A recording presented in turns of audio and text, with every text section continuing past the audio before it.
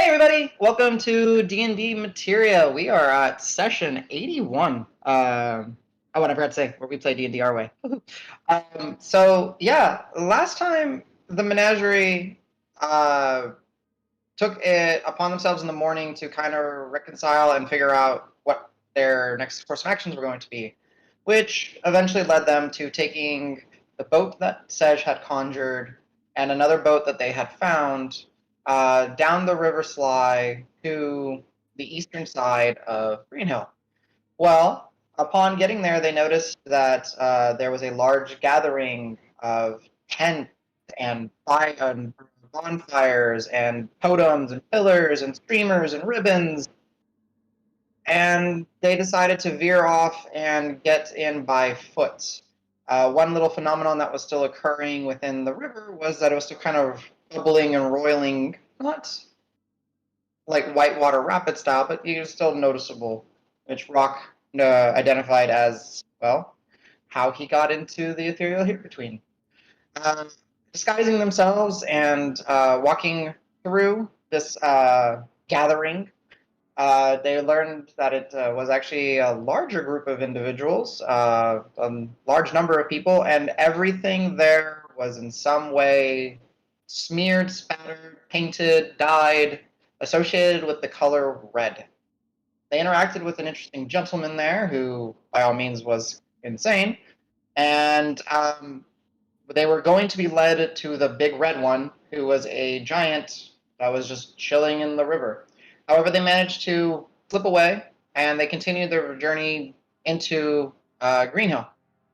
In Greenhill, they walked around. They got stalked by some people on roofs, and failing to ever identify who they were, a glowing fish was thrown at one point. A pillow was returned was gifted to Nina. However, the Menagerie learned that Nina was not there, thanks to one of their neighbors that was walking by. But the Menagerie did make it all the way back to the western side of Greenhill, where Filbert and the Fox crew were still stationed and hiding out. Upon reaching the Filbert's Fabulous Fabrics, there was some catching up to do. Filbert was Filbert. We'll leave it at that. And Sej took Rock shopping. Sej now has made a lot of friends and essentially restocked the Menagerie on every important mundane thing that they were needing, such as rations, healers kits, and other items. The Menagerie then also, still were able to reconvene, and they started to discuss and try to figure out what the following plans were to be, and try to associate all the differences or all the pieces together, and try to see where things were missing. Maybe someone could give some insight or fill in the blanks. Filbert did indeed give some knowledge and some understanding. However, now that they're actually aware that it is dealing with hags, it's a whole new layer of complexity. The biggest thing that Filbert did contribute, if I recall, is that the fact that y'all were in a space within the here-between that does not echo or reflect anything on the material plane, that means something very powerful or godlike had to create that space to hold reality, and the fact that it was being used to hold something pretty bad, pretty scary. Guardian probably shouldn't have been killed. I mean, you guys did a good job. You killed the Guardian. Um, at the end of the session, we kind of fast played a little bit, but I'm always going to let you guys retroactively decide, and we're going to see how many days actually do pass. It's going to be at least probably a minimum of 4 days. In these 4 days, the general consensus that the group drew is that they would go amongst the people of Greenhill, try to listen in, try to get a feel for what people, like the sense of the community, the sense of, stress level, and the Menagerie would take it upon themselves to go to certain shrines of the Mother, which initially were intended to just be neutral shrines, and I say sabotage, but not like making booby traps, but disrupt them, bring them down while people are not there. Yeah. So I know I owe I owed Dragnar a couple history checks due to his meditation. I need to pull up what I sent him. Yeah, Adam, that's what I threw up there. While you guys are actually, whenever we took the short rest, and I know Davis did respite, if I'm not mistaken, so he even made it shorter. If anybody was paying attention, they would have seen that my meditation was slightly different.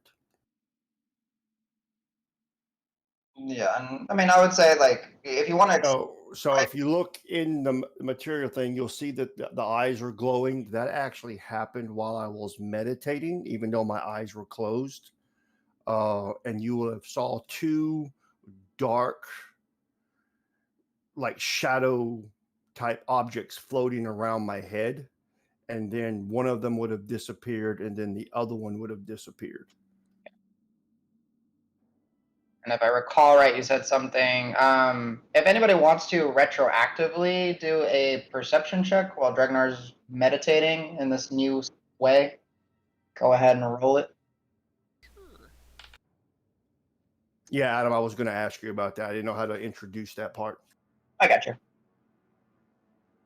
Let me know what y'all roll. Right. Okay. And no one else is rolling. Gotcha. So we'll say that Davis. Let me pull up sheet. Yeah. So Davis, it's at one point like during the respite, you kind of you go. It's your job to kind of check in on people while they're you're helping them recover. And you see Dregnar, his back is faced to you. His hands are like in a a clutched position, kind of touching, and then he's focusing. You see his head kind of moving from side to side, and you're kind of observing. And for a moment there, you think something's wrong, and you see little wisps of that energy floating from his closed eyes. And you peer in, and you get like old timey film where it's on a tape reel and they spin it and you would see like all the individual images moving. It's not quite like that, but you see like flashes of different scenes. Like if you look very closely in the stream, almost like difficult to make out anything like what it is, but you see like maybe like a silhouette of a person, a tree, a building, a roadway. It's almost like little images are flashing in front of Dregnar's closed eyes. So, but yeah, so Dregnar, from what I understand, you did share it with the group, but hey. Yes, it is shared in the link on the Menagerie link. But yeah, just to kind of share it to the stream, just for the sake of like future watching or anything like that. One of the history checks that he wanted to do was on the Hag Mother. He rolled a 27 total. And basically what he learned, and he saw like images of this flashing, is like from her all other hags spawned. She was once a beautiful and caring lesser deity with ties to the Wilden, the prime deity of nature. One sec. One. Oh boy. That was not part of the original thing he gave me, so I'm not sure what he's doing there. That was my cat coming in. She was actually a twin. This is because you rolled so high. And had a brother who was a handsome aspect of the hunt. She then fell at some point along her duty in love with an idol or a champion or something along those lines of the schemer, another one of the Grand Pantheon. She would then go to forego her duties for the Wilden and to spend time and be with this idol. And it was what caused her to, abandon her brother unknowingly at some point, her twin, and that resulted in his death. The Wilden then punished her and for her actions and stripped her of her beauty, transforming her into, the first hag, into a crone, as it were. She did in that process of while she was still in her regular form, she did become impregnated by this idol. However, the transformation did result in a stillbirth, and from then, this entity would be known as the Hag Mother, because she became obsessed with having children after losing her first child. And then from her, the story goes that all other hags spawned.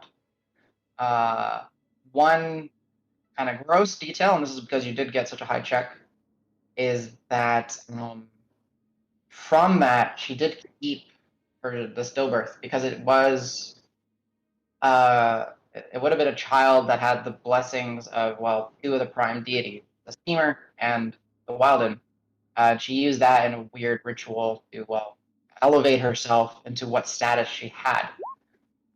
Eventually, she would become a much greater threat, and we're talking this is over the course of a very, very long, many, many hundreds, if not thousands of years. She would rise to power, giving spawn to many hags.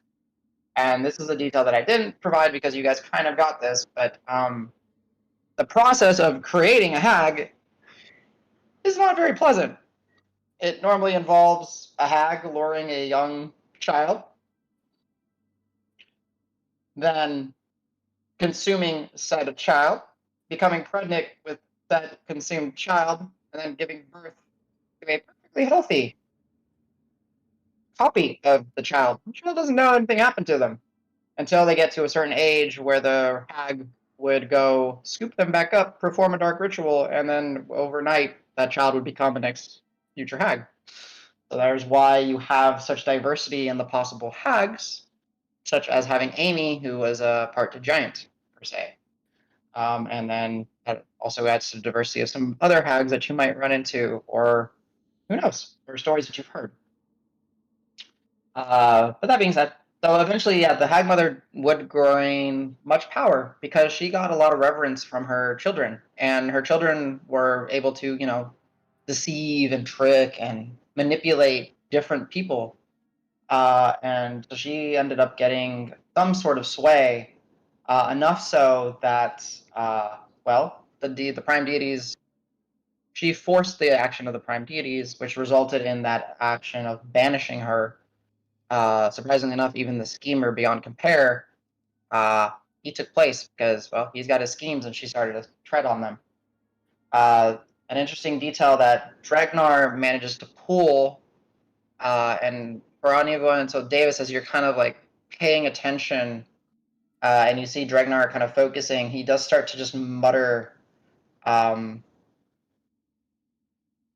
Salvi over and over again. Her blood, it's Salvi. It's her blood, it's Salvi. You're kind of leaning in and seeing, and you're seeing that the vision in front of him, and it's almost the event. It's like a depiction of the event of the hag mother being banished and her being like flung up into the air and being ripped apart and being put into another reality. And her blood essentially just spatters and flies for miles and miles and miles. And as it impacts into the earth, it's actually what the hills were formed from. It's not just like the ripples that cause the hills. It's actually the earth rose up to capture the blood. And then the little secret is that Salvi is the mineral produced by the hag mother's blood interacting with the earth. That is why, Dregnar, you know that the boulders that, or at least now you can suspect, you might need some proof and some investigation, but it is possibly that's the reason why some of the boulders are more special and some of the stones are more special, and that's why they bleed, or that's why they're in both places at once within the ethereal hill between and inside of the material plane. The other history check. Also, hold on, Adam, the eye thing. Oh yeah. The eye thing goes. Well, this will tie into both Mother Bounties and Hag Mother. I'll do that in the next one. So the next thing, unless you're talking about a different eye thing, right? No. Just talking about the her holy symbol. Yeah. So we'll tie it in the next one for sure. I guess we'll say a lot of her children and a lot of the followers that were deceived to follow the Mother of Bounty, there was always like an eye iconography, usually like a reef of woven eyes and stuff like that. And this will tie into your next check, which you did a natural 20, so for a total of 30 while meditating, and it was on the Mother of Bounty. And she was actually a true demigoddess. It is still unknown of what her true form was. Some depict her as a jovial halfling, and others will have her as a giant.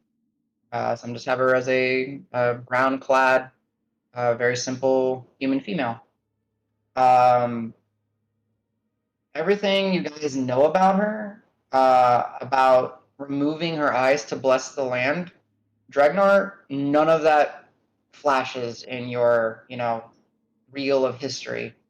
So you can certainly pull that this is the hags manipulating the story. So the reason the Mother Bounties, she was a goddess of the land, the harvest, fertility of the land, and she was a loved, beloved goddess. However, due to the extended period of the Black War, and the awful, the damage and the corruption and just that it put upon the land, and that it stretched people into warlike lives rather than farming and everything. The land itself was scarred and damaged, and it began to bear less and less fruit.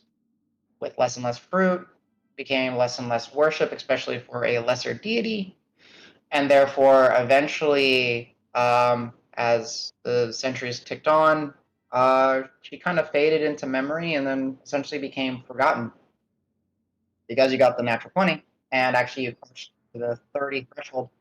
The critical fact that you learn, Dregnar, is that gods are still powerful, but gods need mortals to worship them because mortals encapsulate certain aspects of the energies that you guys were. Well, Dregnar, you were not exposed to, but the group was exposed to. Is like there's the soul, there's the flesh, and there's the potential energy. Um, all that kind of comes up, making it pretty handy batteries for the god. Uh, but anyway, so mortals are vital to the deities from which they could not exist. Um, something you also did pick up from a little bit is, and it's still unclear, there's this weird, like as you're kind of looking through history and your head will start like kind of flicking back and forth, twitching, and is there still like a block? But there is something, even with such a deep delve of knowledge, like exactly how the relationship of gods and mortals intertwines is still, there's something missing, and there seems like to be something blocking you from being able to figure every little detail out, or it's still an uncertainty. So you kind of veer your mental capacity into thinking somewhere else, and you do learn that what's I gonna say, you learn whispers, however. Oh, you learned the forgotten whispers that mortals were once the ones that potentially created the gods. However, it's never been confirmed, and in many circles of scholars, historians, cultists, priests, it seemed to be a ridiculous notion. One thing that flashes back, and this is the final thing, is as the hags kind of implant that their own aspect of the mother removing her eyes, you do see again that wreath of eyes, the holy symbol that is essentially like a cord of plucked eyes woven together by their optical nerve, kind of confirming to you for certain the hags have indeed stolen the mother bounties uh, worship, and therefore are channeling this worship towards the hag mother and not towards the mother bounties, as many of the followers of the mother probably don't realize. So yeah, those were your rolls. Those are some very high rolls with a lot of information. So guys, we kind of get to pick up essentially, unless if anyone has anything specific based on some of my interactions with y'all. I know some activities that y'all wished to do over the couple of days, 4 days, week. So if you guys have thought of anything else, go ahead and share whenever you believe it becomes applicable. I'm just trying to pull up all my conversations with everybody. Adam, as soon as I would have gotten out of that, if the confab was still going on or even if it was done, I would have immediately let everyone know what I discovered. Okay. Cool. So yeah, that's a lot of information coming from your dwarven friend. Yeah. So I'm assuming we'll probably have some type of powwow over all that information after he lets us know that. Oh yeah, Filbert is like eating it up. He doesn't like, he's like all giddy with information. Do we do what we've done during the days first? Yeah, absolutely. So that's what I'm gonna say. So based off what you guys would have done, over the next 4 or so days, this still holds true based on the end of the end of last session. A lot of it, your time would be spent doing some personal things, but also going out into Green Hill and just trying to gather information, trying to get a feel, trying to see where these symbols are. I know, like, Rock, you mentioned that you would have possibly spent quite a bit of time alone working on identifying and understanding these scrolls, flipping through your book and realizing that there's more written pages in it than there had been previously. And you'd still be working on, dabbling on your own projects within your book. Is there anything you would like to add to that, or would you like to go ahead and just continue with the activities, Rock?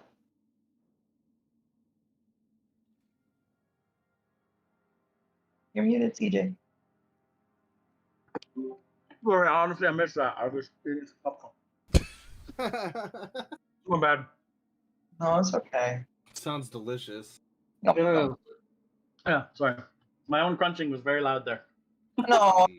That's fine. I was going back off of what you whispered me during the week about you studying the scrolls, spending time with your book, realizing that there's more pages that are filled out in them. I wasn't sure if there was anything you wanted to divulge. Okay. No, so I would probably, I'll scribe in the one spell that I know I can. Which for anybody wondering is Enlarge Reduce, I think it's called. Yep. So materials for that, and I'll get that into my book. Cool. Yeah, so go ahead and expend, what is it? 200, I think you said? Yeah, so, but the magic ink that you guys had, the fine inkwell, that will essentially work for you. Yeah, 2 charges of that. So yeah, I had that. I got Pebble back. I think we did that before because I pretty missed materials. Pebble's back. I'm working on that spell that I haven't named. Yep. So at some point, people are probably gonna get tired of me like bringing people in and be like, "Okay, now hit each other with things, and let's see if this works." Sounds awesome. That will continue through the days. Yeah, and then on my own part, when I have quiet time where I'd spend a lot of time trying to figure out if I can get Caden to say hello again, because yeah. Gotcha. And if any big brains are around, I'd be asking them about the red mist and why I'm a vessel and what all that means. All right, so we'll kind of follow in this vessel vein for right now. I will say, go ahead for one time. Go ahead and give me a persuasion check, but using your intelligence, rather. Try to talk to your book or try to commune with your book or get something. So, just for everyone's awareness, our divine sloth got me a cup today that says "Guess I'll die" and it's got a natural 1 on it. And that was supposed to stop my bad dice rolls for the last 2 sessions. I rolled a natural 1. Nice. No, sloth buff. What have you done? Yeah. So, what's the total? The intelligence plus 5. Okay. I'm just talking to a book. Yeah. So over the course of, we'll see how many days this takes, but at least 4 days. those of you that are in the that spend a little time with Rock or interact with Rock at times when he's up late at night, with a little burning lantern, scribing in his book, you'll get like him muttering to it and start like, "You there, buddy? Like, I need your help." Nothing ever happens, and it just kind of ends up most evenings with Rock falling asleep face first in his spell book. However, I would imagine that he does join you during his activities during the day. And yeah, you guys do give a lot of each other bruises, and you see the little like Rock intensely watching as he instructs you guys to attack or to hit each other, or to slap each other, or punch each other. He's learning. So go ahead, CJ. Give me for now. Go ahead and give me 3. You call it 3. Give me 3 spellcrafting checks. So it would be your intelligence, D20 plus your intelligence. Sorry, what is it? D20 plus intelligence. Okay. 3 of them. So first one is 19 total. Good. No proficiency on it? Oh yeah, well, so yeah, we can actually have proficiency. So And 19. proficiency? So Yeah. plus 8? No, just Oh, proficiency. Well, 4 and 4, so yeah, 8 total. yeah, 4. Yeah, so 19 total. I rolled a 15, 19 total. Okay. And then a 13, so 17 total. Okay. And No. I think he's saying add your intelligence and your proficiency, right? I thought it was just intelligence. No, these will just be intelligence checks. Oh, my That's bad. fine. Yeah, Good. and then 9 total. 9 total. Okay. I will say, you are really starting to make some ground on your concept as you're kind of realizing the interaction and what you need to do to impose your intent. So making progress. Okay. Hours not. Is everybody getting mad at me yet for the bruises they're getting from this? That's probably depends on how many days this all goes on. But I will say, like, from time to time, like whenever like Rock drags in Dragnar and tells him to like give Adam, I wouldn't have been there. Remember, I'm working on something with Al. Oh, okay. Over the course of all the days? Yes, remember we talked about that alchemy check, trying to use his disguise self to see if I can come up with a potion to see through the hag's disguise. Okay, you would have never stopped doing that. Okay, cool. So we'll just say Davis and Karos. There would be times where Rock would bring you guys in, and as one of you, slaps or punches or whatever, there's this little flash of like blue turquoise energy, but it doesn't do anything, and it's coming from Rock, and you can see he's like big frustrated and gets back to work. So something's actually happening. He's just not quite there yet. Fair enough. Okay. That pretty much covers me. Daytime, I'd have lots of availability in daytime, so if anybody needs me to assist them with things, I'd be happy to. Yeah, and we might pull you guys into multiple conversations here. So yeah, I have an idea for you. Okay. Do you want to share it now or in a little bit? Depends on how willing he is to go on an adventure with Sedge. Rock likes adventures, as long as nobody's getting hurt. You want to go through ours then? Because it'll fit perfectly in his like a jigsaw puzzle. Sure, go for it. All right. So, as mentioned, throughout portions of the days, the menagerie would branch out, split up, go to different shrines of the mother, find symbols, either scratch them out or make note of where they are. But trying to disrupt and trying to gather information and trying to maybe even coerce the hags or the people that are pulling the strings come out or take action. One thing that was going on is that the individuals to the north, the red, as they're becoming known, their reach is starting to spill over, and they're starting to interact with more and more of the populace. And it's usually just harmless or more annoying than anything. Them painting the streets or marking things red. There are brawls and fights that erupt, usually between the Reds and some of the faithful, usually resulting in some injuries, often not death, but there have been some people killed. So, so they're kind of at odds with the worshippers of the Mother Bounties, it seems. Seems to be. Okay. So as you guys do go out, and you guys are during the day and during dusk and whatever hours you guys deem fit to go interrupt worship and stuff. Sej takes particular delight in this activity. Sej, you want to kind of explain what you've been up to and why you've been taking people to certain shrines and doing stuff? So, I started leaving in the morning, and it's mostly just morning rituals where I like to greet the sun with yoga. Nothing too impactful or anything. It's not like I'm actually like meditating like Dregnar. I'm not doing anything. That's kind of just what I do. But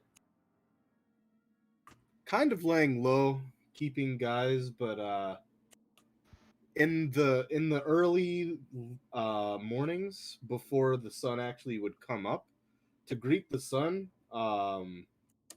each of the little like stone daises or dials that were people were leaving their produce and stuff that we were encountering all in the city.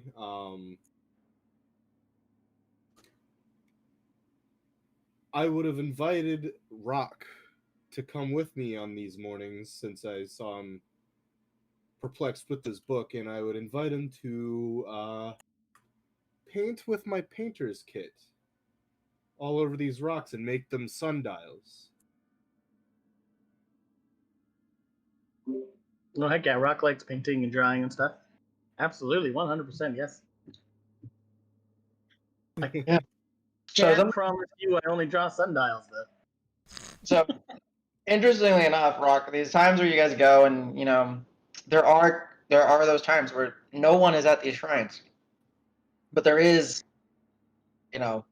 ribbons, streamers, there are wood carved idols, there are, of course, fruits and fish and stuff left out.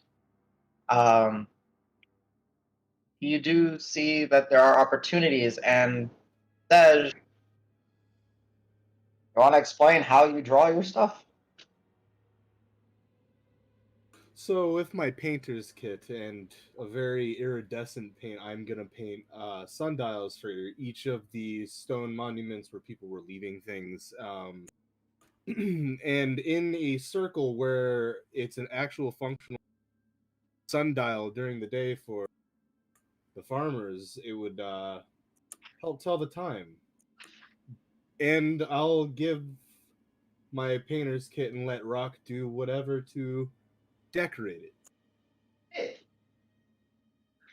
And Rock, However he sees fit. Gotcha. And Rock, there's something interesting about Sej's technique. Because, you want to copy him, and you realize very soon, or, almost instantaneously, you can't. You're missing a very crucial limb to Sej's technique. While he himself doesn't seem as if someone that is very, live and dexterous and all that, his trunk is where the magic happens. And he actually paints and does all this while holding his brush with his trunk. And it's kind of cool to watch.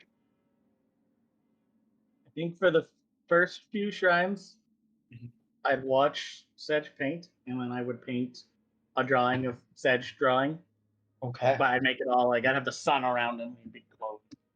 Just really like capture the sun god. Yeah. So I he's like, like. hey, this is you, right? Yeah. That's beautiful. Almost like a signature piece. Saj, just for the sake of it, go ahead and give me. This would be performance. But you can use your choice. It can be dexterity or charisma. And because you're using your trunk, I'll go ahead and give you advantage. Okay.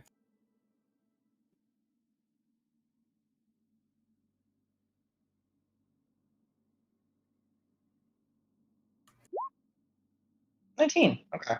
I know you mentioned iridescent, but are there any specific colors that you use, or is it just kind of all over the place? Warm. For outlining purposes, so it doesn't literally disappear in the sun, because you know how like if it's bright you can't see something like a highlighter. Yeah. So like orange, Mhm. like deeper orange, almost red. Yeah. Red to orange to yellow, basically. Gotcha. Yeah. So as the group is out and about, and you guys are spending days just gathering some information, there's going to be these rumors of like people like you start to hear words and stories of people tipping over and defacing the shrines. But there's also another group that are, you hear tales of, I'm just going to call it graffiti, someone like going and just graffitiing up some of the stones and the actual like boulders and the diadems and I forgot what the word is, whatever, where they're actually leaving some markers of the bounty. And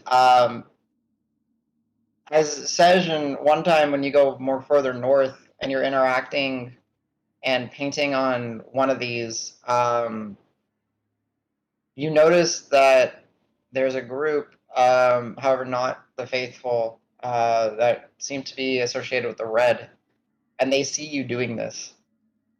And you have kind of inspired these crazy lot. And Ooh. as days go by, you start to hear tales of just red splashes, like it's just like all over these shrines, and like them removing things and leaving red objects there and all that. As the days do pass, and as hostilities and violences do erupt, some of the Reds are starting to use, they get into scuffles and people die, and then they start using the blood of the people that they've been killing to deface these shrines, and replacing offerings of fruit and bounty with organs and bones and such. Or shit gets a little crazy at times. That's a little grim. Yeah. Or Sej would say, that's a little grim. Exactly. I would say, as like the days pass and all these like rumors and stories that you guys are gathering, there does start to be like agitation and worry, because there are very much what you guys see three mindsets within Greenhill that have really come to emerge. And then, of course, of like this, you're actually slow down in observation. There are the Reds, which is seemingly are insane.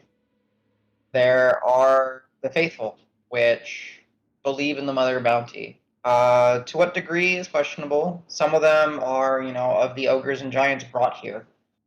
Some of them are the sisters. Some of them are humans of Greenhill, or humanoids of Greenhill worship.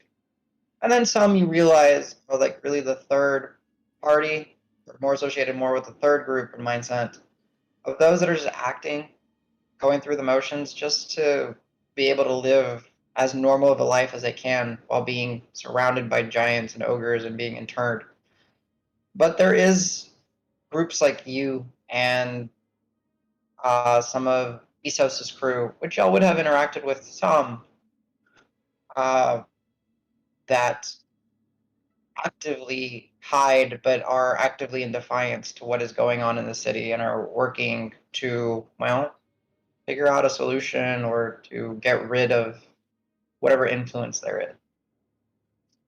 But yeah, Tej, you're a painter and you inspired some crazy people to do some more crazy stuff.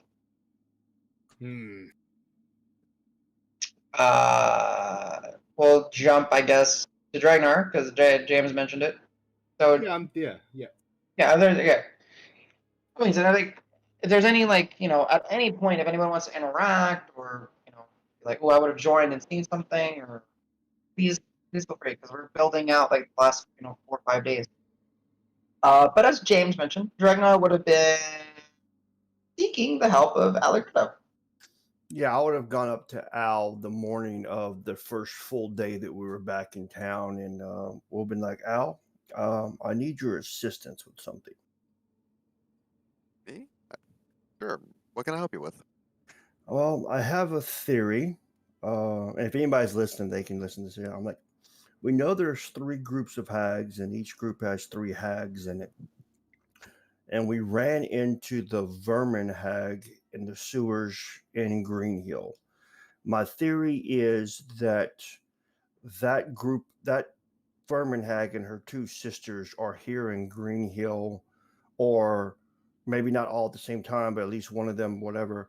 And they were in charge of what's happening in town. The way I'm seeing it is the 3 in the swamp, their job was the necromancy tower and perverting what the trolls and all that were. And then the 3 that were out towards the east, their job was to rally the ogres and the giants and all of that. And I think the other 3 are here, but I think they're hiding, kind of similar to what you do with your magic. Well, I think I may be able to brew a potion that could possibly see through that illusion, but I need your help to see if I can perfect it, because I know you're able to do illusions very well. Oh, so you are talking about hiding in plain sight, just appearing as another. Okay. Well, I got the idea last night whenever the crazy gnome grabbed your horns, even though you didn't see horns because you're illusion. So it's there, but it's not there. That bastard.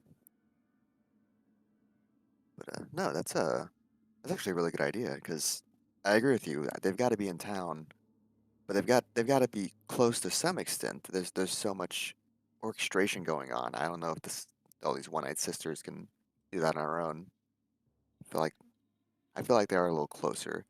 Plain sight's a good idea. I'll do whatever I can to help. So I guess my first thing is, what kind of spells and what kind of components do you use for spells that do what you're talking about? So like, I know you have one where you can change your appearance, but I know there's other ones that I've heard people talking about where you can completely become invisible and no one can see you, but you're not really here. You're on that other place where all the phase spiders were at, kind of thing. So I just need to know the basis of that so I can start trying to break it down to, try to figure out how to make this alchemically. Or if you know of any potions that already exist, I may be able to break it down and try to figure out how to recreate it. So, I don't know too much about alchemy, but try and follow me here. Unfortunately, the main spell where I disguise myself doesn't have any material components. But then the next biggest one, you see Rock do it all the time too, is a minor illusion. We can make a tree, a wall, a barrel, anything. That uses a bit of fleece. My mind Oh, goes yes, to I have that one as well. I can kind of do you. that, and but I do it without a component. So I understand the concept. I just don't have a component. Nice. But the place my mind is going is fleece is an object. I guess it comes from an animal to an extent, but I feel like the disguise, the person equivalent to that might be hair. I don't know. Small lockets. I have no idea. So, Adam, I'll immediately look around the area. Since we're in a fabric shop, I want fleece. Here, I will say it's not too hard for you to find some semblance of fleece. I'll walk over and just grab it and come back to Al. Yeah. Al, I mean, Yeah, your hair might help. Who knows? I didn't say my hair. I just said hair. Alright. Do we have anything that the hags, may have, like, do we have anything left of possibly something that they had? Blood, hair, something? We had an entire head for a hot minute. Damn it. You have things that they have in their possession. I don't think y'all kept any body Hag trophies. bits. Yeah. Check From the my comb, see if it's got a spare hair on it. that's potential. Just this rainbow, but I guess it works. No. Yeah. Al, so yeah, one afternoon, the first day, when Karos would be like returning from his venture out, listening in on and trying to get a feel of what the people of the western side of Green Hill are up to. That idea of the comb comes to mind. Goo. Hey, Karos, were you the last person? We found all kinds of trinkets and crazy stuff when we got out of the hag's grasp. Did you have a comb? You know who might have that?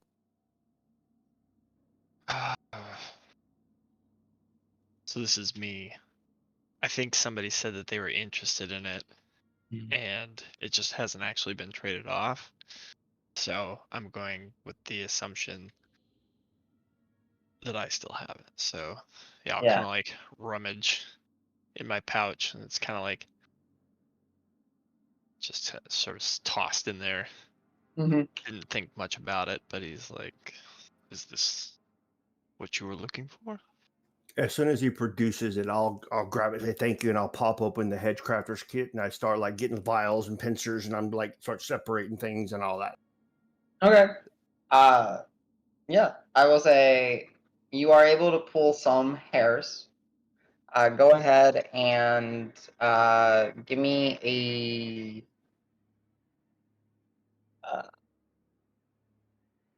It would be like an investigation check, but I'll let you use the advantage granted because you're using the kit to kind of pull and see if you can discern if there's like for sure a hag's hair or is it someone else's type of hair or something like that. Okay, Adam, just because I have it, can I use the fickle coin and have advantage?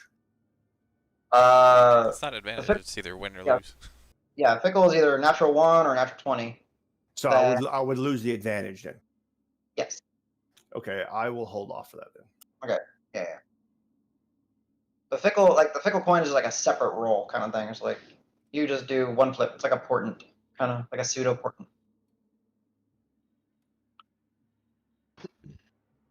Yeah, investigation with advantage. Mm-hmm. I was gonna go. Thanks, Karos. We'll bring it back in a few minutes. Carl, you just see like Dregnar bust out that that collection of tools and instruments. And he just gets the comb and just like starts picking and separating hairs that seem to be lost in it. Yeah, 15. You for sure. Like you pull a couple hairs and they're maybe questionable, but you get some and they're like long, black, and they're still oily, and they still have like a funky smell to them. And you're like, that's hag. That's hag. So you definitely have a collection of some hair from a hag. Okay, so I'm going to start trying to produce a potion that would be able to see through any disguise specifically done by a hag. Okay. So yeah, go ahead and you got a component. However, you don't have much you do have fleece. Well, that'll help a little bit because it's illusion based. And I do have the ability to do minor illusion myself. Yes. All right. So yeah, working. It's interesting to see those of you that like do catch this. I know it's really we're kind of playing loose, so all of you might have the opportunity to catch this. But Dreg essentially took over like one of the side like back rooms of Filbert's, and he's moved some tables up together. Kind of, it's not necessarily the most. It's kind of a cumbersome layout, but out of the little Hatchcrafter's kit that he got, he's just set up like little stations, and he's got the comb and he's working on it. Al, you're very familiar with this setup, and he like drags you in and looks at you and tries to just get some inspiration and keeps working on his thing. So yeah, go ahead and give me a alchemy check with advantage because you got your hedge crafters. Would that Now be survival, nature, or wisdom?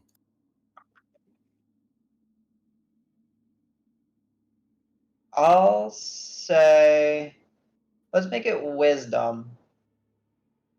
So no, you are proficient with it. So yeah, it would just be D20 plus 6 at advantage.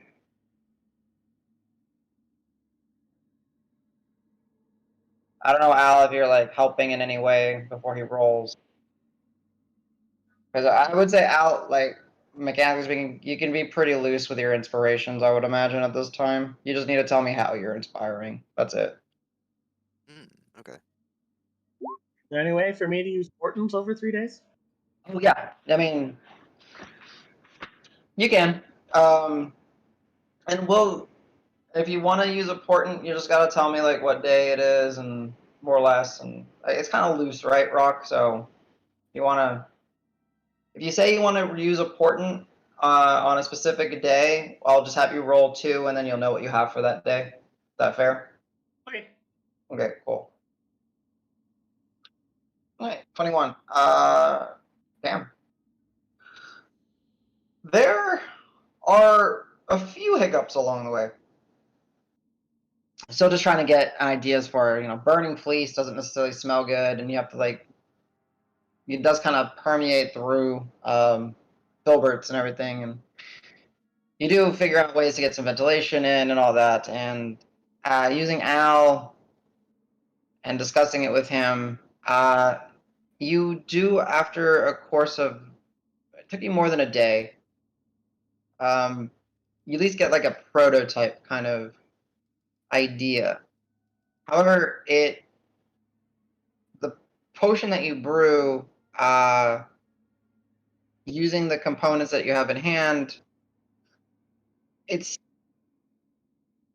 kind of gnarly. It doesn't necessarily, it's not enticing and doesn't necessarily make you like, you're kind of questioning the palatability of it, and even if it's like safe to drink. But you definitely have an idea that you're in the right direction. Means of testing it, difficult because you're using Hag, but you're welcome to experiment with it. You definitely made some progress. Well, as soon as you say that, I want to say, hey, Al, can you come here for a second? Yeah, sure. What's up? I'll reach up and grab a hair. Okay. It's almost as bad as the horn. So Just ask next time. I will then brew one with the same components, with the exception of switching the Hag hair for Al's hair, and then I will test it on using Al in the Sky Self or whatever. Okay. Go ahead and give me another roll. Same thing, at advantage. This will take you some more time to do. Like, you've gotten the kind of the processes out. This is just to see how much time it really takes. Okay. It takes a little longer. Like, you thought you had a good setup, but then you realize that of all the like little other components that you've, like the water that you got separated, the little oils that you've gotten separated, the little herbs and that you've been able to, draw and get prepared just to try to amplify the effect of what is in this potion. You used up most of it in your previous attempt. So it honestly takes you up until like the next day. You do fall asleep at one point at night, but then get back to work on it. And in that morning, you're able to interact with Al. You have a potion, not nearly as gnarly looking. Actually, kind of based off of what it has like a crimson appearance to it, and it like does kind of shimmer and shine, almost giving like the effect that there is a slight illusion or like oil gloss inside of the little vial that you have. Okay, I will use it the next morning, but I would have also utilized my history motes and my mortar and pestle the day before. Don't want to waste those, but we can do that whenever. Yeah, you can just tell me. So we'll do that, and then we'll go back to that, and then we'll see if anyone else was doing anything, and then we'll see if what events occur. Okay, Al, I'm sure Dragnar would have pulled you by the ear, and needed your assistance one more time. Okay, Al, I think I got a prototype for you, so I need you to disguise yourself. Okay. What? I've been, I guess, Jessica. It's been a while since I've done that one. Oh, it's got to be Billy, dude. Come on, I want to piss Davis off. Ooh. I just leave the room if that happens. Yeah, we'll go Billy. I gotta do the side eye too. Storm off. David, where are you going? Come back here. Just nothing, but you see, I flip my finger. I flip you the middle finger as I walk away. Old buddy, old pal. Okay, so I will go ahead and possibly not kill myself with my own potion and down it. All right, roll me D100. I'm sorry, roll a what? D100. D100. Yes, sir. Some gnarly slurp juice. You Hell take yeah. 84 hit points. I'm just kidding. Oh damn, 84. And you rolled a 21 for the base. No, okay. So yeah, tasteless, almost tasteless. It you drink it, doesn't feel like much is happening, and then you kind of feel like you have a hairball like in your throat, and you kind of swallow, and then you start looking towards Al, and you almost see like this double vision. Like there's Jessica prominently, then you just every once in a while it's like you can just kind of sort of see through the veil, kind of like if you're like laying on something kind of weird and like one of your eyes are covered and the other one's not, but you're looking through both and you kind of start blinking, like you see your hand then you don't see your hand. It's kind of like that situation. You can squint and you swear you see Al's reddish skin and some details of his horn, but it takes a lot of focus. But you can see through the illusion. That is a success for me. I immediately turn around and start producing another one for Al so I can show the rest of the people. Okay. And we won't bother with rolls. We'll say that by the end of that day, you're able to produce another one. Yes, that is. Yes, Al. Perfect. Details. Love it. All right. Good gift. All right. So I guess I'll kind of open it up to anyone right now. I know we got to go back to Red Mist and some history checks for Dragnar. Is anyone interested or wants to roleplay going out into the city, into the streets? Anyone got any questions, any ideas, concerns? One Kind of like One thing I want to throw out with when the group scours the city, kind of damaging all the posts and whatnot, Al would want to go along and use that to practice his disguise self. He'll try and be a new person every other hour or something. Oh yeah, absolutely. You're absolutely invited. hell yeah, I like it. That's easy enough for you to do, Al. You start to like kind of get a repertoire, and it's pretty. You know, it's always been instinctive to you. However, that boon that you've received makes it very easy. So easy. Yeah. What about the cost? Yeah. Let's take my color back. At times, you even lose yourself in it. You're good. As Al loses himself in the joys of painting, I'm just gonna watch and laugh. All right, I like it. All right.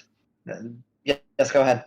So, essentially, kind of in my attempts to go out and, try to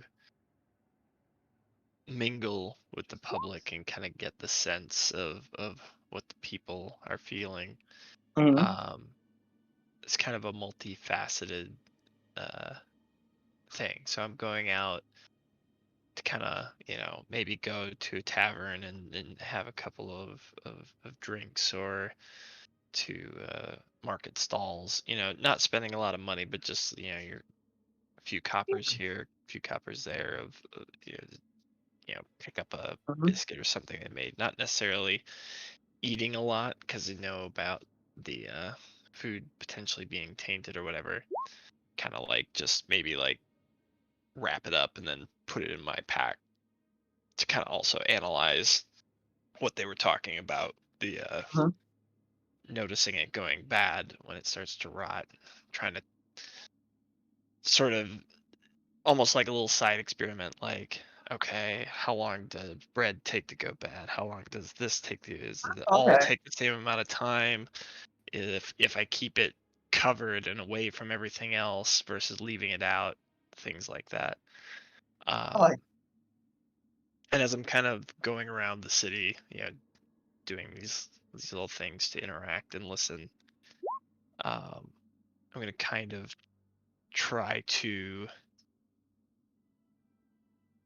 use my cartographer's tools to kind of like jot notes, and then when I'm back at the what's his face's place, go back and like map out the city as I'm walking it, like in relation to the places that they're gonna go, trying to keep track of how far is it, which ways can we get there and get back, if we were running versus trying to lose people versus trying to mingle in the crowd. Any potential hiding spots or whatever, what places are under patrols, little things like that, making notes, jotting notes, not like a super detailed map, but like, 400 steps to this place, the key places that we're trying to get to and we might hit, things like that. Like it. So yeah, you're able to do this, and sometimes you do diverge from Tej and the group as they go to mess with some of the shrines, because you've kind of, as a group, have cased certain areas and kind of figured out when they'd be left alone or unmanned. That's where you take the sign, take it as a sign for you to be able to kind of step away, peruse, gather information, because you're not too worried about your friends possibly getting interrupted or caught or confronted. At one point, as you're kind of traveling, you get a little bit by yourself, taking notes and mental at first, and just jotting quick little references. You do stumble upon let's just call it a disheveled, like forgotten building. Very much of the style of Green Hill, in that it is constructed of various pieces of boat that seem to have, fallen into disservice or in disuse, and then kind of put together. What's odd about this one is, as you're kind of approaching it, there's no doors to this building. And you make note of it and you're walking, and then as you kind of come around one corner, you see a group, and they don't notice you at first because you're behind them, and they're dressed in darker leathers, and just looking at them, you get the sense of, well, some of the people that you affiliate with shady dealings and underbelly, underseated activities. You just kind of take a quick glance, then kind of go back around the corner, allowing yourself to kind of listen and wait. And at one point, you hear like the sound of some crates kind of being shoved along the street, and you hear a couple of footsteps and some light dropping sounds, and then you hear the sound of the crates, And then as you're just like about to turn over the corner, there's a group of like 4 or 5 individuals. You see 2 of them start walking by you. Don't even really like give you a glance, but don't look too much and just continue walking along their way. That's coming back from that building. Yeah. Okay. So there's a few less, or is it a few less of the group that was there, or it's a completely different group of people? It's few less of the group. Okay. I'll kind of continue on from there in a direction that's not where they're going, but also not to that building. Gotcha. And then as soon as I kind of like basically from the spot where that all went down, I start, keeping track of my paces and stuff till I can get back to, an area that I've already maybe taken more detailed notes of. I don't want to write that down while I'm in public, but I want to make sure that I'm keeping track of relatively how far away it is. Absolutely. Go ahead and give me an intelligence check with your cartographer's tools. So proficiency plus intelligence. Okay.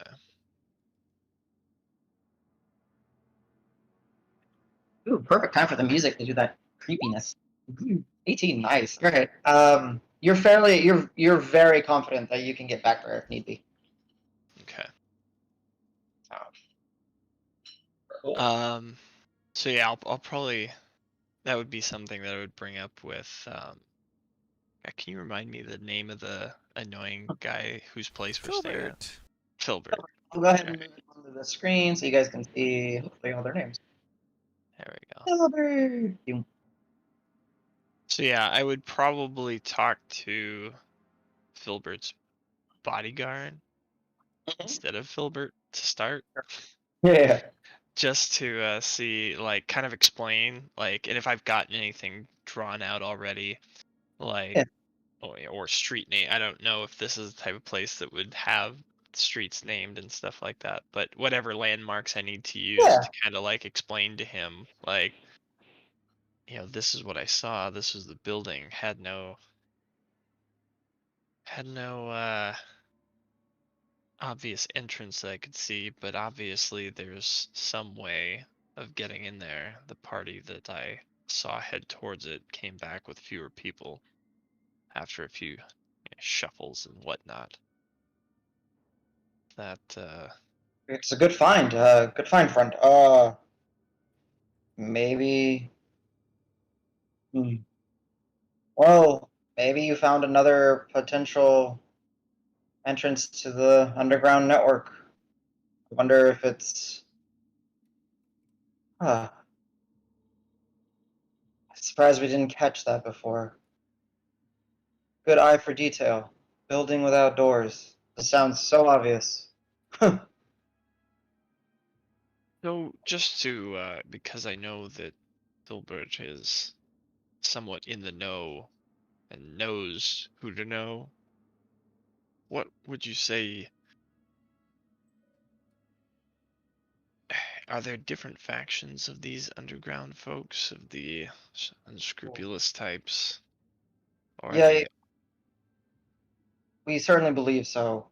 Just from interacting with one of, well, your friends' contacts, he seems to have a group that has split from their original boss.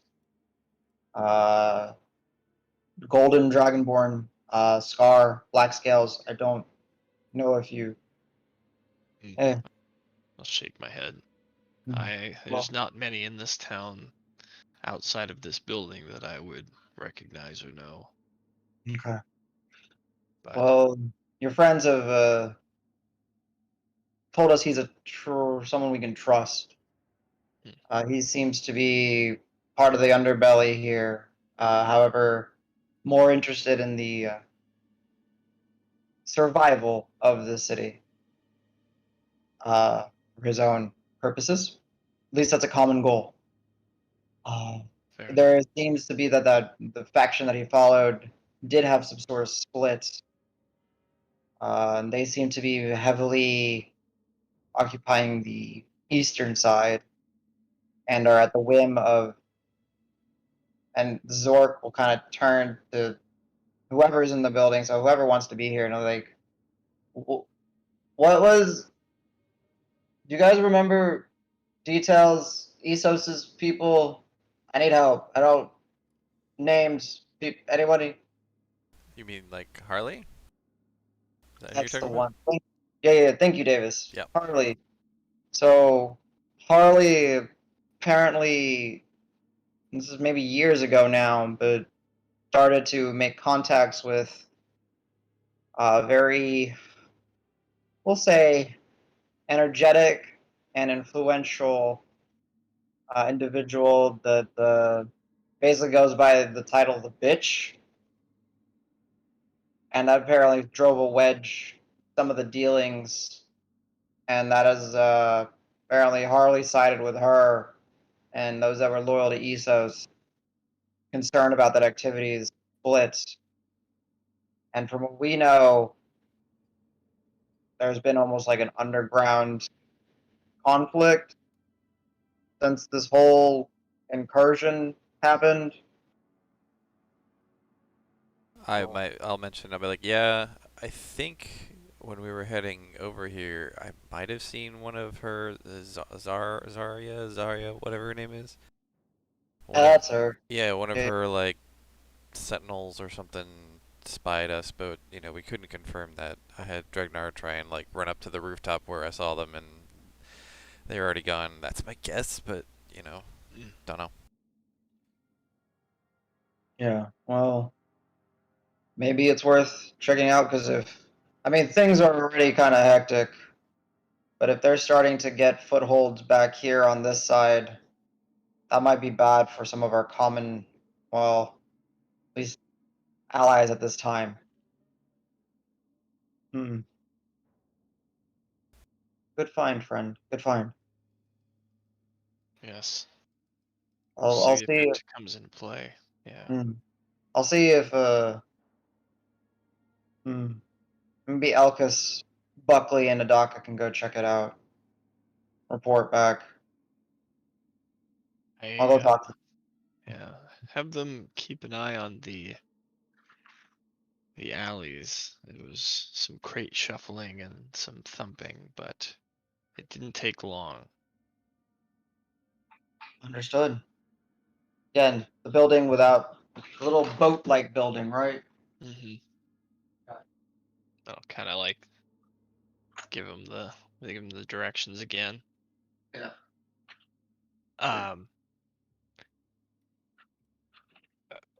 Aside from that, I know the town had an adventurers guild headquarters of some sort. Are there any smiths or armories in town? Any that would Well, even still be this is open? what makes it difficult. Almost anything in the term of arms, weaponries, protection got scooped up very quickly, either by those of the faithful or have gone missing. So we think that the underbelly has some of it, and well, it seems that anyone that is operating with intention to give to the followers of the bounty. Understood. It's been difficult. It's kind of why you see him. He kind of grabs that chain shirt that he got. He's like, or scale shirt. He's like, that's why this actually really nice because the other one I had, I got damaged in a scuffle, and then it's just been kind of like digging into my side, and it's been really uncomfortable. Kind of nice of your friend. So, happen to be similar size. He's a Awesome. kind soul. Hopefully Yeah. it serves you well. Oh, certainly. I mean, we're supposed to be here on the behest to help these ones, but they really don't seem to need much of our help other than getting those supplies and walking them down to, well, that outpost y'all had a couple days ago. I mean, we're just kind of here to help. It don't seem like we're that useful. You seem to have a good eye out for the my associates here. They don't always have the how should I say, greatest sense for the footprints they're making in a crowd. Mm. So when you drug them back the other night, I think you do more than you think.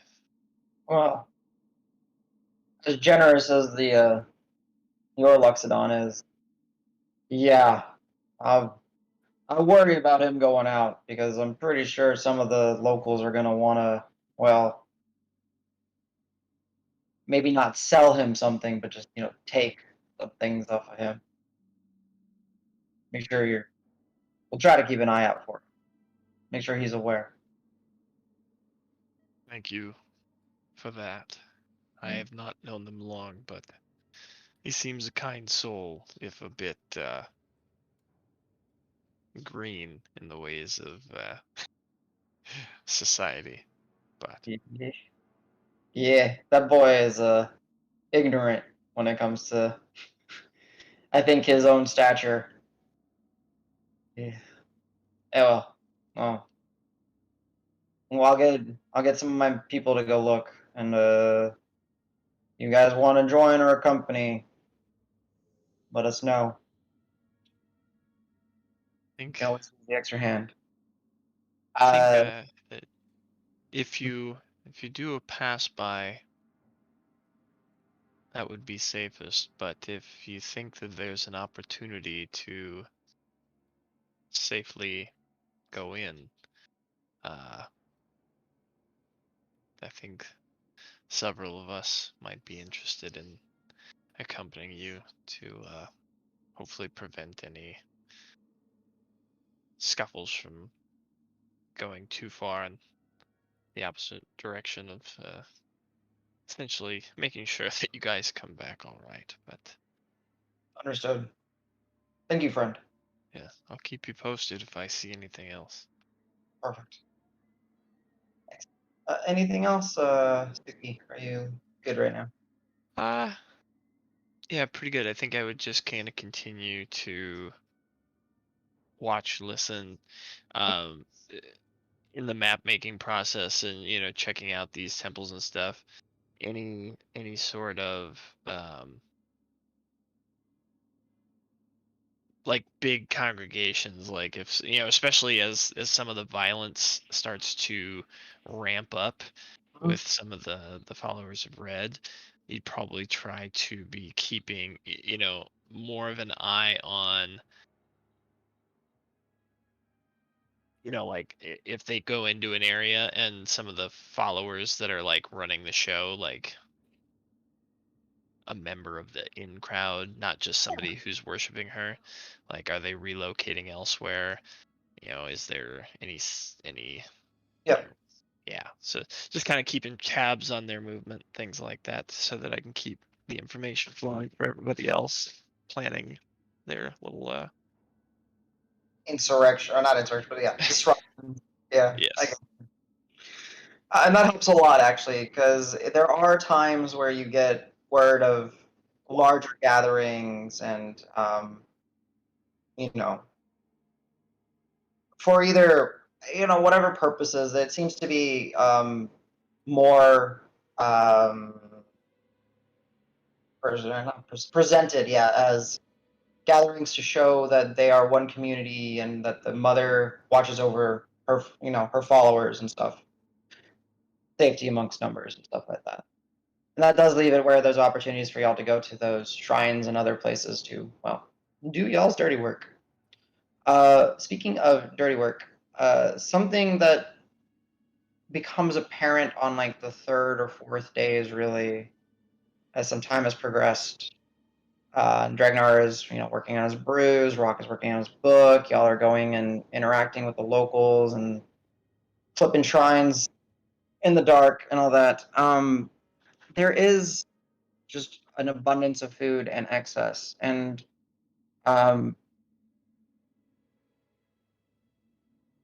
there is a lot of just like, you know, rot and decay amongst, like, in certain alleys where they just don't have places to put the food. Excuse me.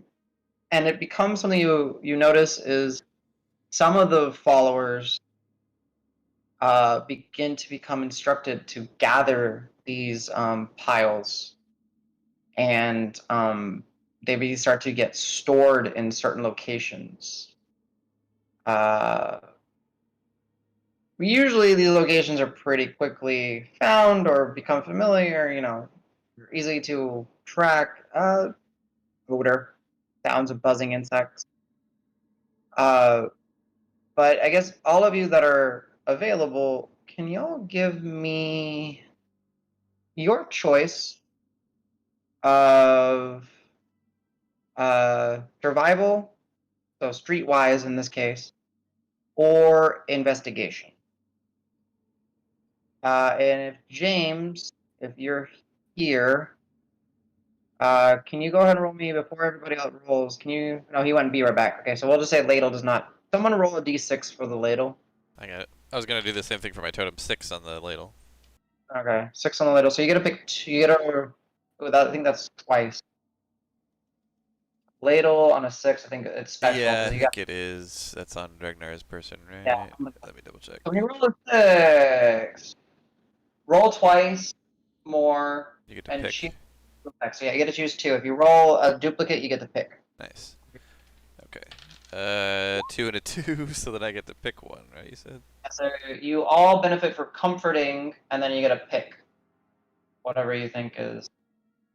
So either detoxifying, food for thought, or iron gut, because I doubt you're gonna do hallucinogenic. Food for thought. We'll go food for thought. Okay. So this actually helps anyone that's doing an investigation check. You get to do it at an advantage during this time. So Rock, go ahead and roll it again.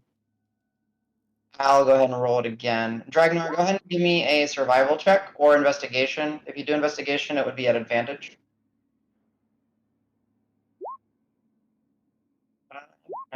Okay, yeah, y'all are killing it. Okay, so don't worry about rolling anymore. Y'all basically crushed the cap that y'all needed to get through. So as a group, something you guys realize, while not necessarily at a shrine or not necessarily in an area that seems to be like a gathering place, some of the piles are starting to crop up in, well, like abandoned buildings or in like waterways and stuff like that. But they all are close to locations that have many of these fish hook harvest symbols as you have come to know them. And Karos, for you with that 26, at one point when Adaka and them returned and kind of report about finding individuals by that doorless building, they do confirm that there is an underground entrance, one that they were not aware of because they've been doing their jobs trying to map and try to figure out where some of these like hiding places were, and confirming with Esos's group was another one that they were not aware of. Something that you do learn, and this is kind of adjacent to, but kind of because you've planted that seed in the thought, is that there was actually a third group that was operating underground. And that was actually a group brought in by the Adventurers League, Seb's group, which you have not had to interact with much, but you've realized that these individuals and your friends have, and they are known as the Grot Guard. They were a group that was picked and cured by Seb, and their job was to figure out the happenings of the underbelly. What was their group name again? The Grot Guard. G-O-R-T. Guard. Grots, if you don't know what it is, it's like an annoyance. something itchy, something annoying, something unpleasant. So Okay. underground, annoying, unpleasant. And Um, they were from a group that was originally in the city, or they came from like where I came from. So what you gather, and I'll just kind of tell you, is like they were a group formed by the leader of the Adventurers League to try to figure out what is going on underground. And they were running into strange things as well. And as you kind of hear tales, and the menagerie will likely share some of their stories in this like little powwow about it. There were instances where the menagerie ran into some very weird stuff underground, like oversized insects, swarming like hosts, like almost coordinated like underground attacks by entities. This location might actually be something more associated with whatever was causing these third what was causing this the trouble for all three parties. So there might actually be another. This might be something that no one was aware of and was recently discovered, and now is being used by not Esos's crew and not the Grot Guard. So Somebody else. yep. But yeah, so on that investigation check, yeah, y'all do see that a lot of the things are, well, like the rotting and that is being placed close, but not at these locations, as to not overwhelm them with the stench and the breakdown. And a lot of it is being earth and dirt from the local areas and from the riverbed are being used, and they're starting to kind of like bury some of this, not like create mounds essentially. And those of you who are interacting with the individuals, they are creating essentially it is Right, compost pile or something. basically like, yeah, and they're being like told that this is reusing the gift from the mother, that nothing goes to waste, that while it might be too much for all of us to consume, it is not too much to give back to the land and allow the land to continue to grow and flourish and essentially feed off of itself. Yeah. And another thing, that's it. That's it. That's it. Yeah. So, and unless if anybody has any interactions, questions, concerns, I had we'll say one that. quick thing. Yeah, of course. One thing just for a note, doesn't really. So most of you except for Karos and Zedge have seen me like write letters to random people. I will do another one of those, maybe over multiple nights. But also, I would have asked about anybody who went to Greenpost and came back. Like, what have we had any word from Seb? What about Marb? Did he make it there? What's the happenings at Greenpost? Yeah. So you guys would have part of the original. Was it shaved bog hag plan? Was that what it was Naked called? bog hag. Naked bog hag. Yeah. So because you guys had kind of reconvened with the Fox Force and they had acquired resources and stuff for Green Post, y'all were able to work with Vinny to get in touch with Julian Right. to help transport some of these things out of the city, connecting with like Ken Ross and Velma that were at the twin mills that were close to Green Hill, and they were able to create like a pipeline to send supplies and information to and from Green Hill to Green Post. Marb, Wiggs, and Hava did make it back. They are recovering. Marb is down there helping coordinate and keep the area, in check, making sure things are okay. Basically, just assisting as he can. He's fit. especially with his ability to easily traverse the forests and the little hiding places that they are. It makes him a valuable asset to the defense of Green Post should anything arise. You hear some scary close calls as there are some patrols still going out, as apparently there is wind of Green Post, and whoever's pulling the strings has been sending ogres and giants and faithful out for missions to find people that have fled the Mother's graces and to bring them back into the fold. However, so far, close calls, but nothing actually came into play. You do hear that rumor has it that Wiggs did kind of break down at one point when he got word that Lionel was confirmed killed.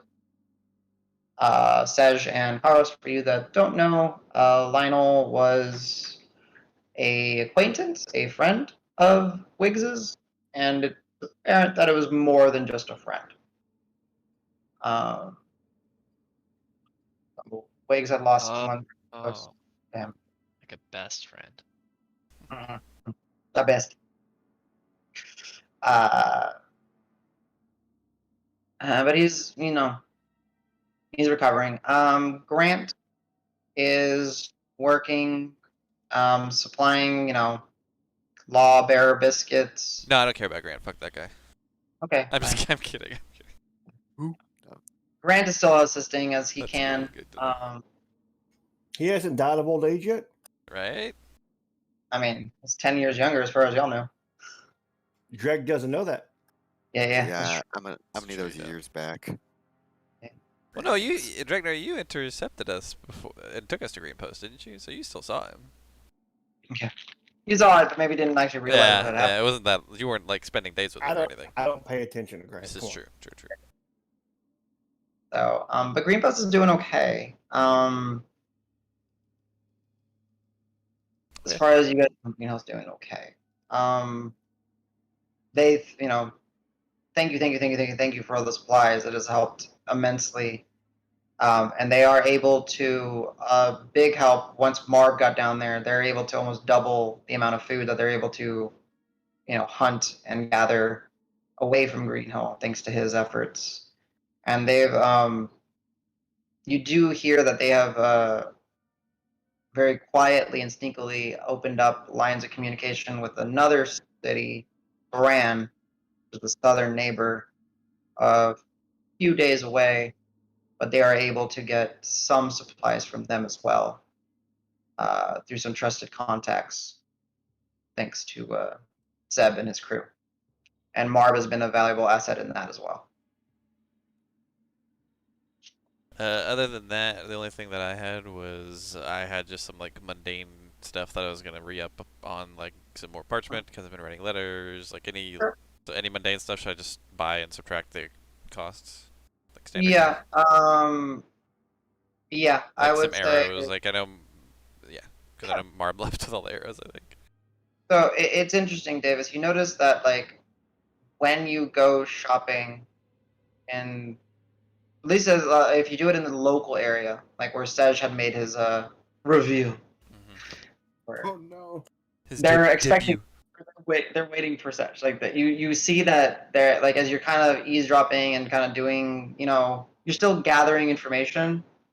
There's still whispers of like, I wonder when that Luxton is gonna come. That the flamboyant sun guy. Yeah, I'll just bite my tongue the whole time and be like, okay, I don't know. Yeah. But you're able to, yes, Davis. Go ahead and give me a persuasion check, just generally, just to see like how well you're able to negotiate prices and other things. Okay, and I did roll my totem for this other check earlier, so I'm just gonna stick with it because it gives me advantage on charisma checks. Yeah, that's fine. Total of 24. Sure. So yeah, I will say whatever you buy, go ahead and just mark it for the actual price because you realize Things are expensive right now. It's Yeah. hard to get things. I was just gonna do rations and arrows. There's nothing else that I can think of. Yeah, whatever parchment you mentioned. Oh, the parchment. That's right. That was the other one. Yeah. And if you wanted to get some more ink or something, you're able to track that down. I had 2 inkwells to start with, so I figure I'm still okay. I figure I'm maybe used 1 at this point. Yes, you're able. Okay. So let's see. So as like some time passes, all these events are kind of unfolding and interacting with one another. Dragnar, I know that you wanted to use the mortar and pestle. I know you wanted to get some herbs. You mentioned to me like getting some diamond dust created. Yeah, all this depends on how many days we have. So as soon as we finalize that, we can do that and we can figure it out. Okay. Now, one thing I will do when Zort comes back, because I know that he was appreciative of the armor, I will take the shield I've been carrying around and I say, hey, you want this? And I'll just throw it on the ground. Like, I don't use it anymore. Okay. Yeah. Yeah. I mean, thank you. Yeah. We gotta pick it up. Is there anything special on the shield? Like any decal? The only decal is it has the symbol of the Monastery of the Silent Forgiveness. That's it. He's like, I like it. I don't recognize it, but I like it. I'll tell him it's the monastery that I come from the south in Usagi. I'll tell him. Thank you. Huh. He kind of looks at his armor, looks at the shield, like, good friends to have, and he just kind of throws it on his back.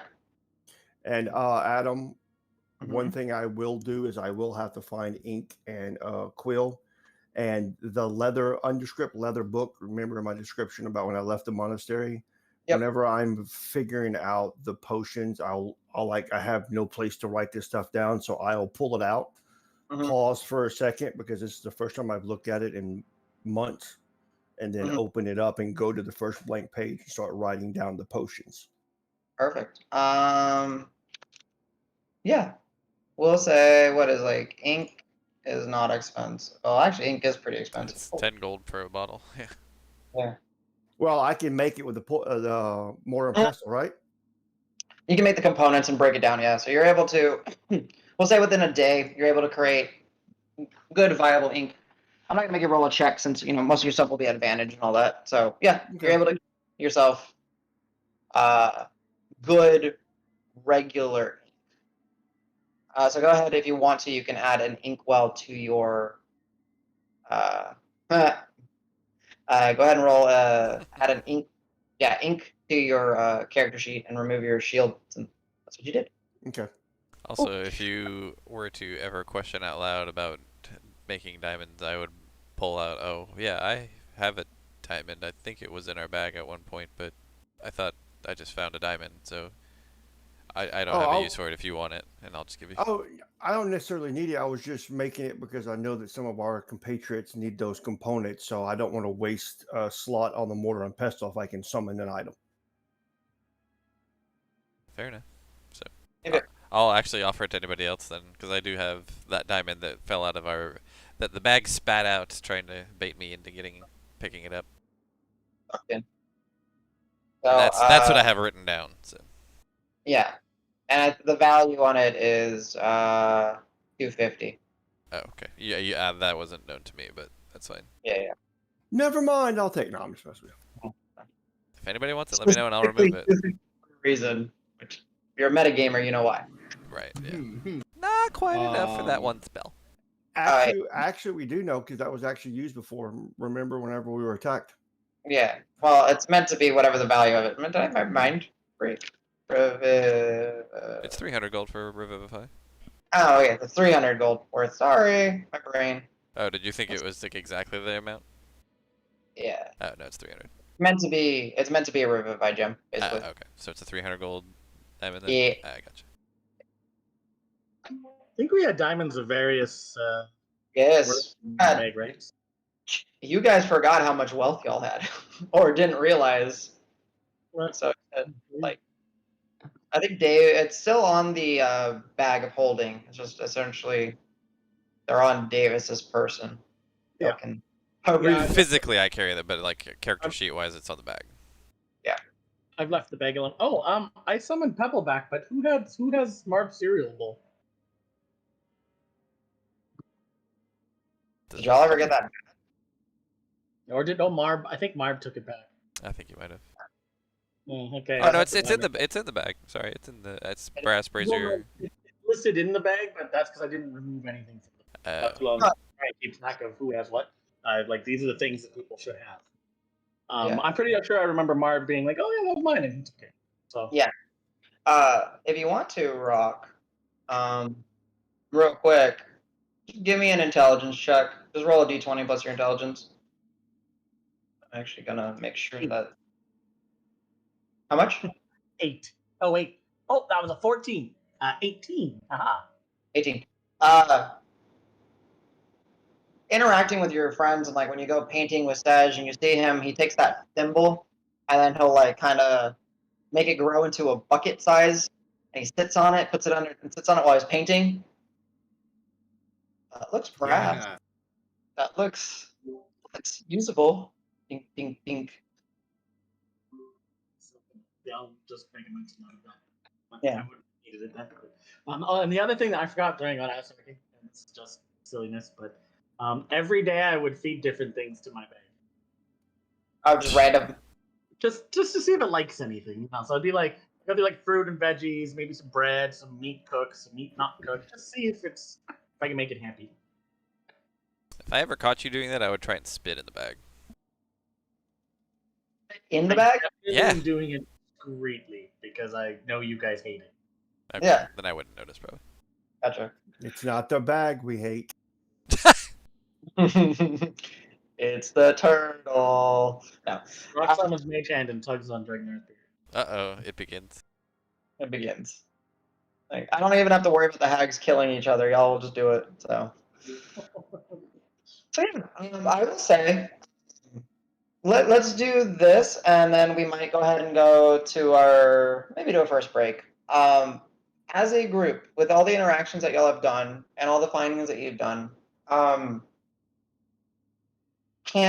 this is a chance for y'all to kind of think and interact and kind of apply, like, give me a general idea of some sort of check that y'all could do and just justify it in the way that your character would have done this type of interaction or this type of activity to better understand what's happening, better influence things in y'all's favor, or to help your group over the course of the last at least 4 days. And based on like the sum total of everyone's role and how you've influenced it, will determine how many days this actually took.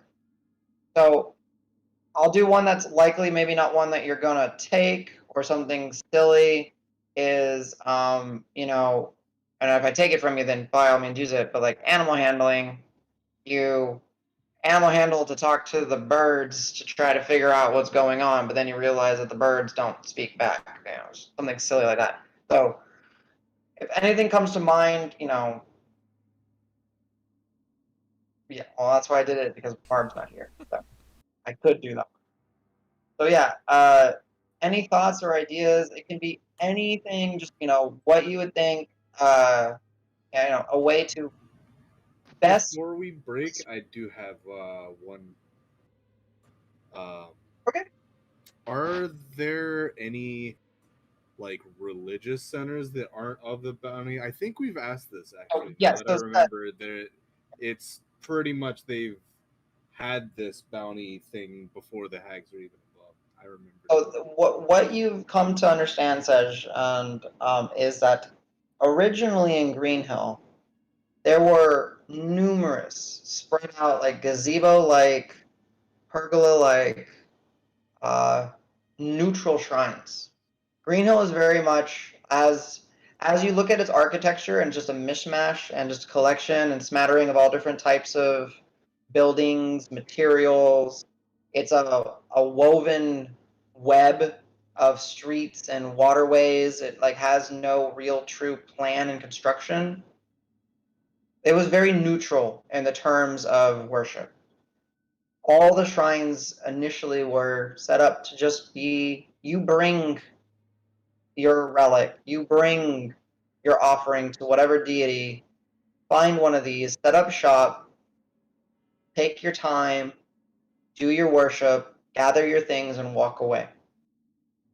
It had been over the course of, you learned that the real takeover was only within like the last 3 or 4 months. It started happening a little bit before your friends had first arrived to Green Hill, that the followers of the Mother started to become, or the Mother Bounty started to become more and more stubborn, more and more selfish, and more justified in their actions, and just started to claim and convert these neutral sites to, well, now as you see them, like almost permanently for the Mother.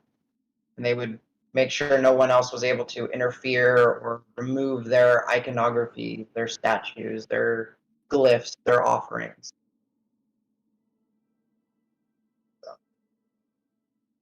Okay. Yeah. All right. So anyone have any idea like what type of check you want to try to use to influence the last 4 or 5 days to see if they only took so much time or if more time had passed? Adam, I would like to do perception because I'm assuming as I'm going out and getting things for my alchemy tests and all that, that I'm under the influence of one or another potion. So maybe I saw something or something that gives me an idea of what may be happening around us. Okay. Um. Okay. Yeah. Go ahead and give me a perception check. Go for it. Could I use the coin? Absolutely. So just give me a heads or tails. All right. Natural 20. Bingo! So Hey. that'd be 26. 26. Yeah. So major success for the time. Let me mark that down. Forget. All right. So 26. Yeah. So Dragnar, you are stubborn, but you are also curious, and things got your attention. And you kind of heard of like the interactions that Karos and some of the Fox Force were interacting with about individuals going to, well, secret locations, and you wander and you walk around, and while you're going to places of worship or the Mother and you're trying to find someone, guys, it's frustrating. You don't happen to really see anything. Like you see the sisters that are gathering, you see the worshipers, you see the food. And then one day you're kind of remember what Karos and them had talked about, and you kind of figured out the location of one of these places where the box crates were being moved, and people essentially, it might be like an underground entrance. And there is a group that you see one day, and there's uh, a female accompanied by one female that specifically stands out.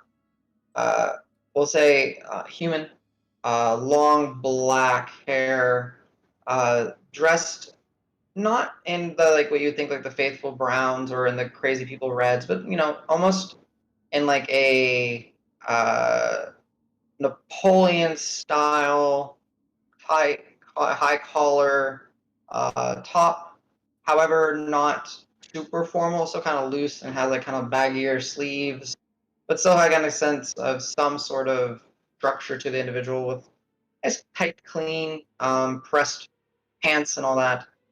And she's accompanied and surrounded by a group of, well, those more shady individuals.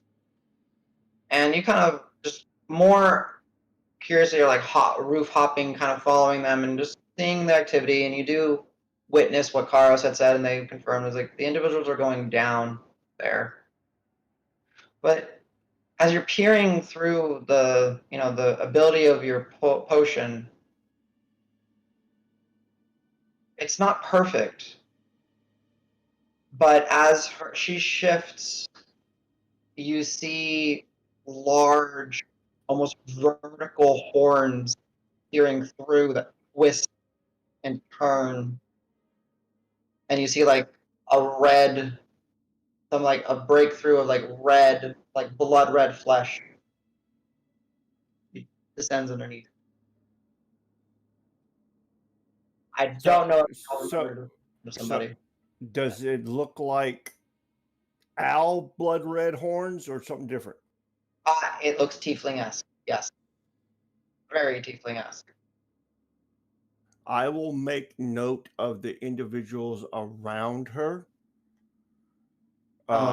Just so I know, because she could change what she looks like on the outside, but hopefully those will be the same guys escorting her. So I want to make a mental note of that.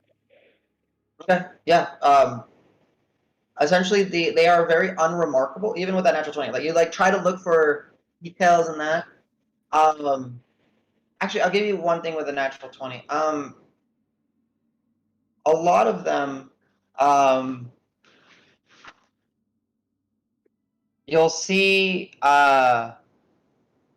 like on this section of their neck, there's a there's like a tattoo or a marking,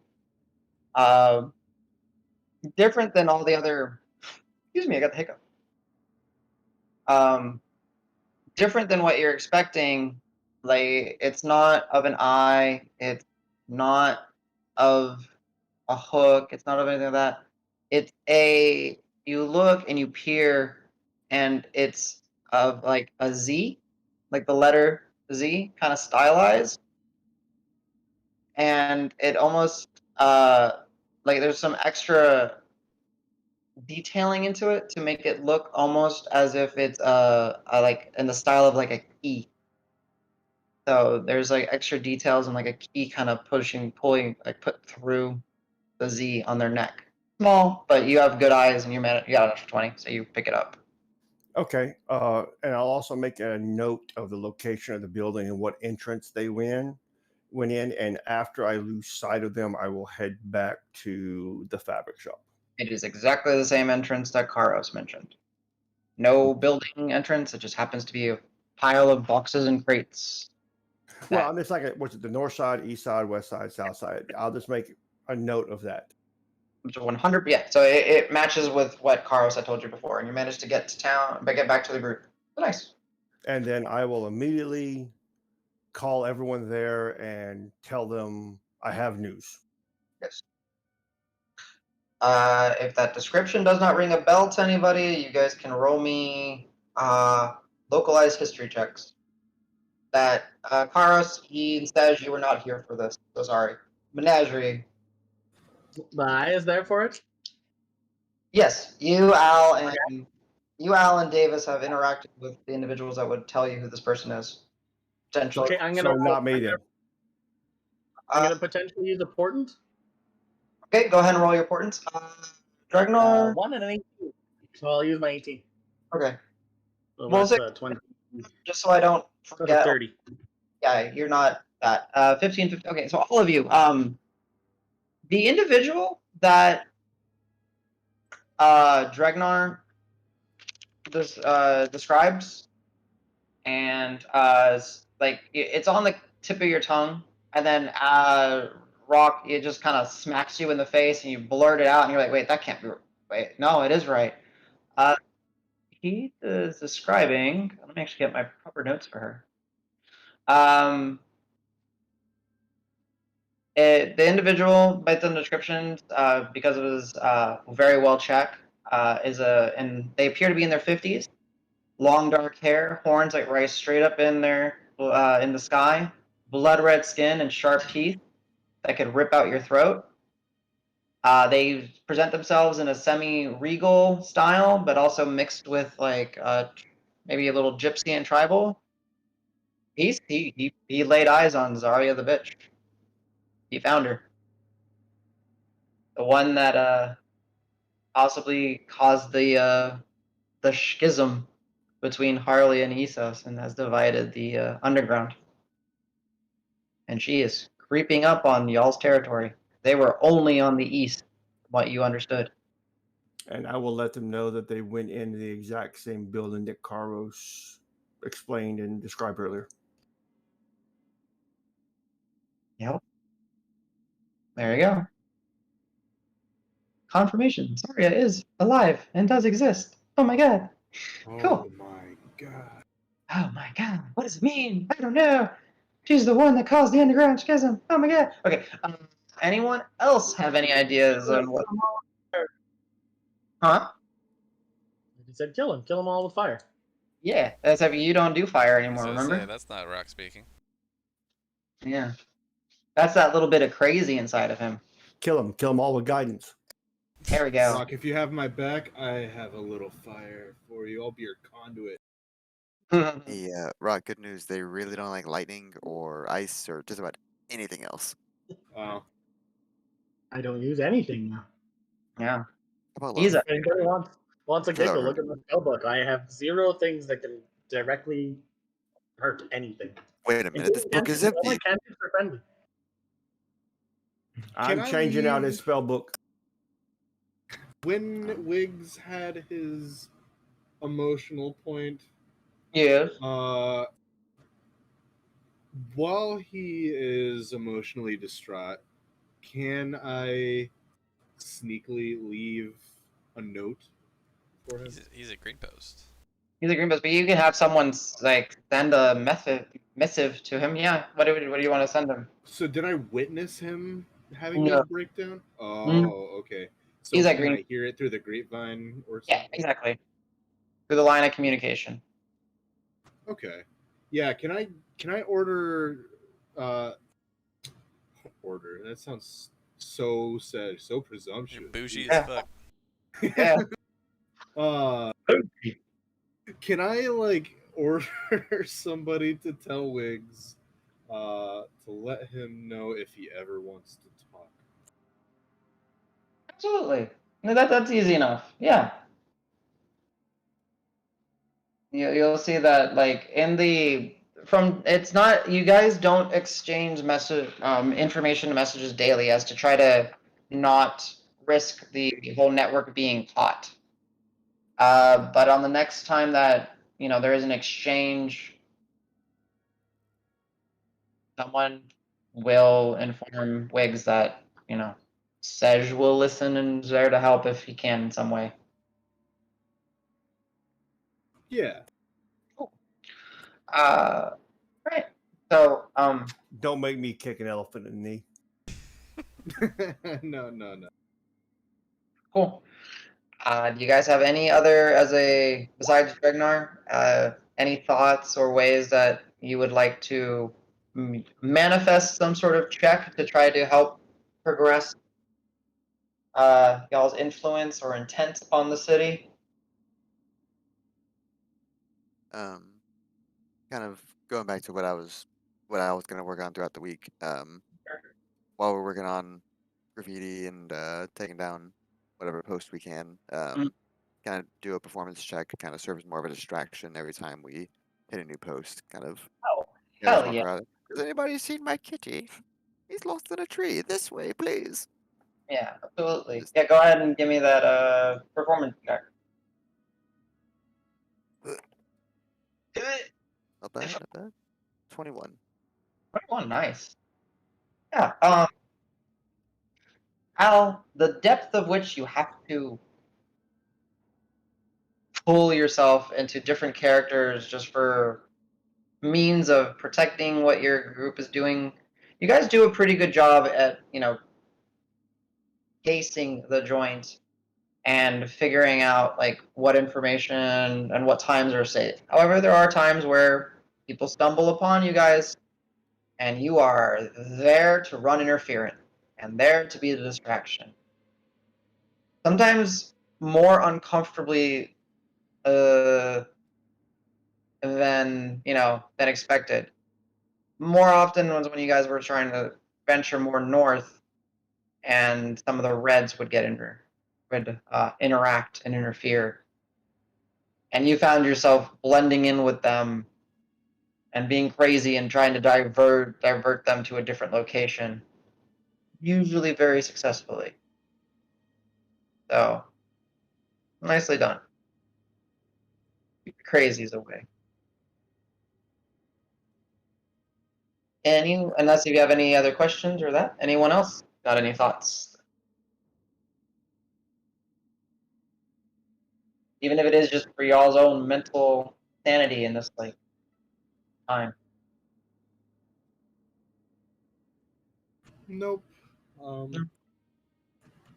Trying to think of an idea of how I want to roll this, but Yeah. Well, we'll do it this way. Because of your activity such, and because of like the religious implementation that you are doing, I will say go ahead and for your part of it, just give me a religion check.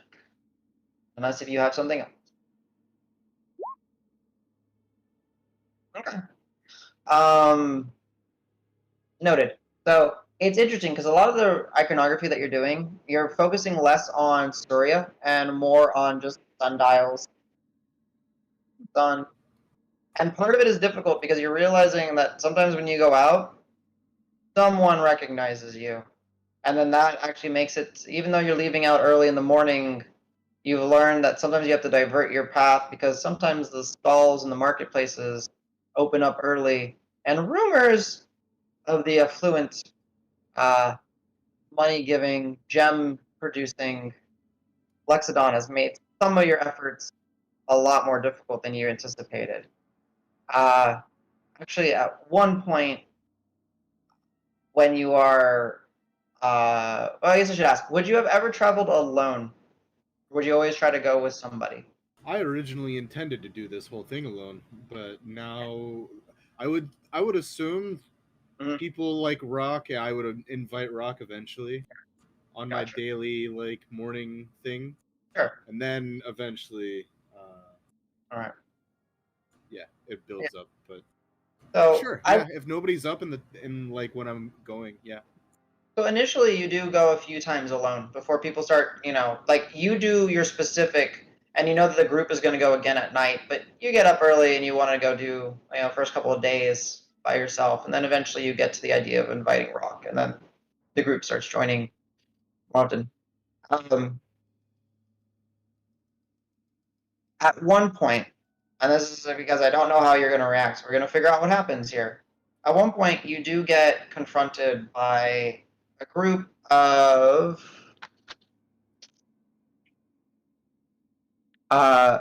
7 merchants, individuals, stuff like that, that you kind of picked up on your movements in the morning, and had basically followed you, and then at one point got the confidence enough to confront you, and not necessarily the most pleasant of confrontations, as they are, well, they flank you, and then they cut you off from your path, and they address you as Golden Elephant. Yes. Care to share some of what you're carrying on you? It's hard times for us around here. You don't seem I to, sorry. Go ahead. you're doing well. Others around here are not. I've been sharing since I got here. Is that not true? You've been rubbing it in a lot of our faces. And only sharing a little bit. You think maybe it'd be best if you were more generous.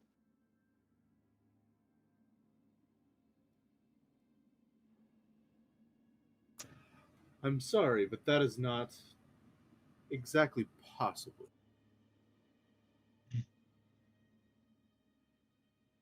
And I'm you see, sorry to like, disappoint you and your ilk. I surely hope you don't mean to harm or force me. Is that correct?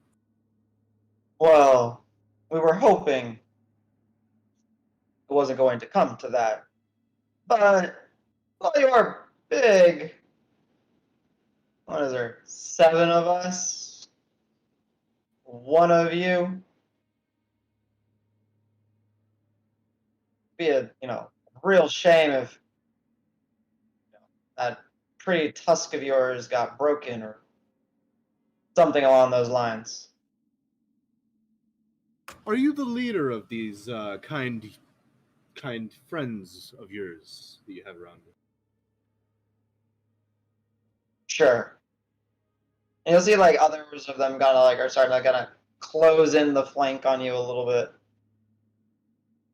How about we talk about this privately, me and you, and we could settle to some sort of friendliness instead of this, right? I mean, it's simple. You give the gems and the gold, and you get to have a nice day. I wish helping Green Hill was that simple.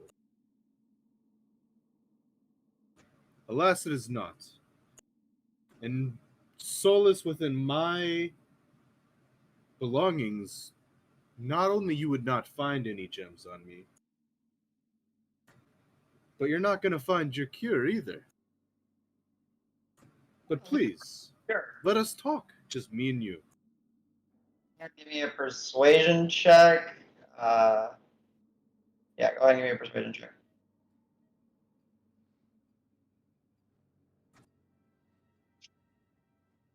Oh my gosh, super small text. Hold on. There we go. I gotta put my old man glasses on. Wow. It says Oh. I have advantage naturally on my character sheet. Let me make sure. I think that's perception. Persuasion's +5, no advantage. Okay. Yeah. That reminds me when you said super glasses. Natural 20 was the first roll, right? Yeah, okay, that's fine. Nice. But then just real quick. Yeah, I clicked it twice. My bad. I know where. That reminds me. The number didn't update in time, and then it like It does that. I was yeah, I didn't get the sound, so I didn't see it actually roll. Yeah. Natural 20 for a 21. So, as you're trying to get them to, well, converse, and they're starting to get, like one of them puts their hands on your, like, I wouldn't know if they necessarily got up to your shoulder, but kind of like on your, like on your bicep and all that. Someone you recognize, a friend, kind of out of the blue, just kind of hollers out and is like, "I'd put your hands off of him. You don't want to start anything today." As you kind of look, it's some of your friends from the Fox Force. Buckley, the Drow Rangers, is gonna trust me, boys. It's not worth it. And you can see that he's kind of starting to like brandish a little bit of, a glint of a blade. And then they kind of like address him and look at him, and he's like, "We simply, no, we want to talk to this individual." And then another voice kind of comes out, much more to your kin, deeper in that, and Doldrum kind of steps out, the large, like mammoth-like member. You guys get on your way. I don't even know if you want to listen to him talk, because he'll just talk you to death. And frankly, I'll just pummel you to death. Get. You have a chance to say something as they're trying to flee from you. I'm going to just before they disperse, after my woolly mammoth friend dispersed them, I'm gonna calmly touch his shoulder, so he turns around expecting something to like be thrown at him, or like a punch or something. Mm-hmm. I'm gonna cast Fast Friends on him. Oh, you have that? Nice. I do. Okay. I need, because that's not a very common spell. That's from another book. I gotta look what it does real quick. It's like a charm spell. Yeah, I know. It's one of the more friendlier versions of a charm spell.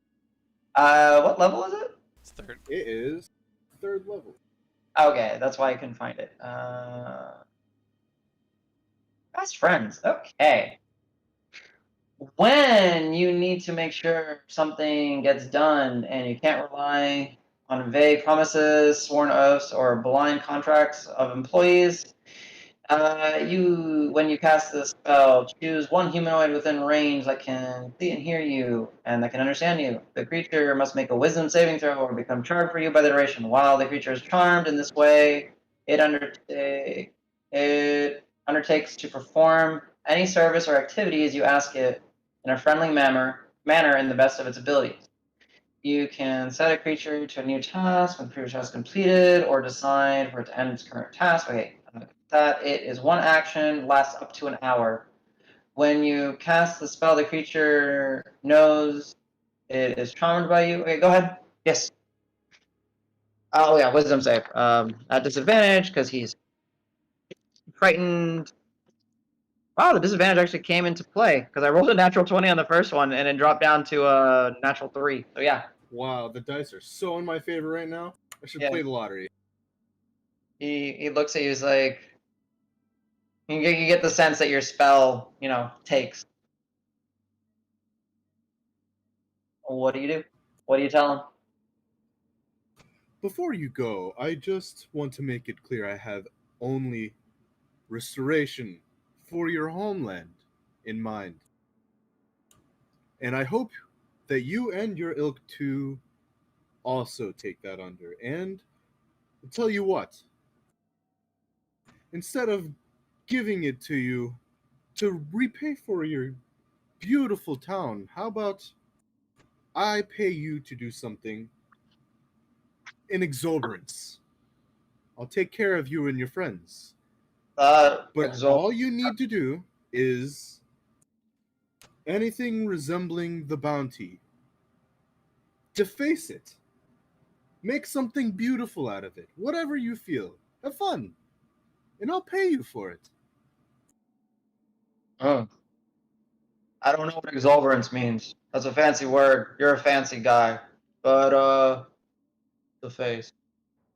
Beauty. You With the know? smile on his face, I'm going to just my palm on his palm. Okay. And when he opens his palm, he's going to find 8 gold. Okay. Oh. Here I was. We were going to stab you and kick you when you were... Thank you, friend. I know. It's more than okay. I can understand where you're coming from. You also have the best of Greenhill in mind. So don't worry. I don't take offense.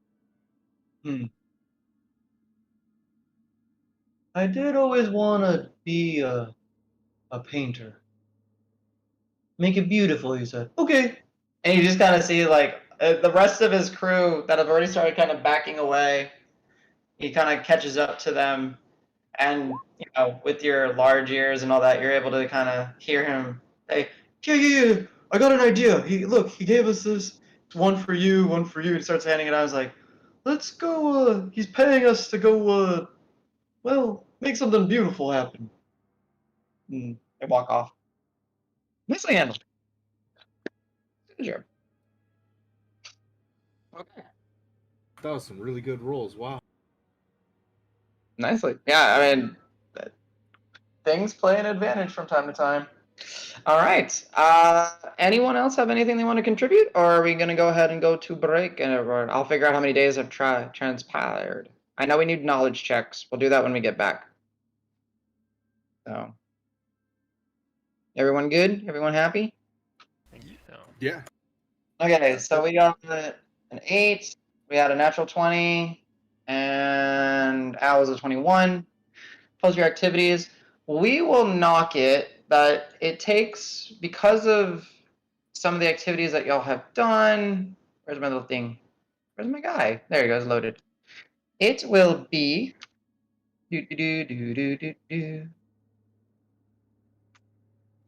get a Dragnar's 14 on that as well? Yes, I added everyone up to this. It wasn't a 14, it was a nat 20 because it was a fickle. Yeah, That's what it was. Yeah. Thank you. But I got it, so you're good. So, yeah. Sorry, I missed it. So Was it history? I forgot to roll. Was it history and something else, or just history? History or survival at that point, if that's what you were trying to do. Oh, survival. You're good. Yeah, it basically stands. So, where you guys started, roughly, it's been roughly a week now of you gathering information, sowing, your seeds of distrust, trying to bolster the people of Green Hill, keeping an eye on shady activities, hearing of the strangeness that the Reds are doing, interacting and sending information to Green Post. And from there, we'll go ahead and take our first break while I figure out what's next.